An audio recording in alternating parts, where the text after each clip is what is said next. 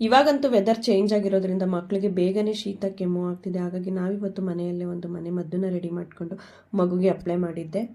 ಮಕ್ಕಳಿಗೆ ಶೀತ ಆಯಿತು ಕೆಮ್ಮಾಯಿತು ಅಂತ ಹಾಸ್ಪಿಟಲ್ ಕರ್ಕೊಂಡು ಹೋಗೋಕ್ಕಿಂತ ಮುಂಚೆ ಮನೆಯಲ್ಲೇ ಈ ಥರ ಒಂದು ಮನೆ ಮದ್ದನ್ನ ರೆಡಿ ಮಾಡಿಕೊಂಡು ಮಗುಗೆ ಅಪ್ಲೈ ಮಾಡಿ ನೋಡಿ. ನಾನು ಇದನ್ನು ರೆಡಿ ಮಾಡ್ಕೊಳ್ಳೋದಕ್ಕೆ 1 ಸ್ಪೂನ್ ಕೊಬ್ಬರಿ ಎಣ್ಣೆನ ತೊಗೊಂಡಿದ್ದೀನಿ, ಹಾಗೆ 1 ಚಿಟಿಕೆ ಮನೆ ತುಪ್ಪನ ತೊಗೊಂಡಿದ್ದೀನಿ, 2 ಲವಂಗ, ಹಾಗೆ 3 ಸಣ್ಣ ಬೆಳ್ಳುಳ್ಳಿನ ಜಜ್ಕೊಂಡು ಎಣ್ಣೆನ ಬಿಸಿ ಮಾಡಿಕೊಂಡೆ.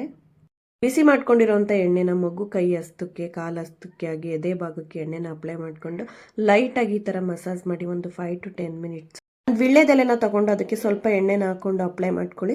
ದೇವ್ರ ಮನೆಯಲ್ಲಿ ಏನು ದೀಪ ಹಚ್ಚಿರ್ತೀವಿ ಅದೇ ದೀಪನ ತಗೊಂಡು ವಿಳ್ಳೆದೆಲೆನ ಲೈಟಾಗಿ ಬಿಸಿ ಮಾಡಿಕೊಂಡು ಮಗು ಎದೆ ಭಾಗದಲ್ಲಿ ಒಂದು 2 ರಿಂದ 3 ಸಲ ಈ ಥರ ಮಾಡಿಕೊಂಡು ಇಡಿ. ನಿಮ್ಮ ಮನೆಯಲ್ಲಿ ಯಾರಾದರೂ ಚಿಕ್ಕ ಮಕ್ಕಳಿಗೆ ಈ ಥರ ಶೀತ ಅಥವಾ ಕೆಮ್ಮು ಏನಾದರೂ ಆಗಿದ್ರೆ ಒಂದು ಮನೆ ಮದ್ದನ್ನ ಈ ಥರ ರೆಡಿ ಮಾಡಿಕೊಂಡು ಅಪ್ಲೈ ಮಾಡಿ ನೋಡಿ, ಮಕ್ಕಳಿಗೆ ಬೇಗನೆ ರಿಲೀಫ್ ಆಗುತ್ತೆ. ನಮ್ಮ ಮನೆಯಲ್ಲಿ ನಮ್ಮ ಮಗುಗೆ ಈ ಥರ ಶೀತ ಆಗಿತ್ತು ಅಂತೇಳಿ ನಾವು ಕೂಡ ಈ ಥರ ರೆಡಿ ಮಾಡಿಕೊಂಡು ಮಾಡಿದ್ವಿ.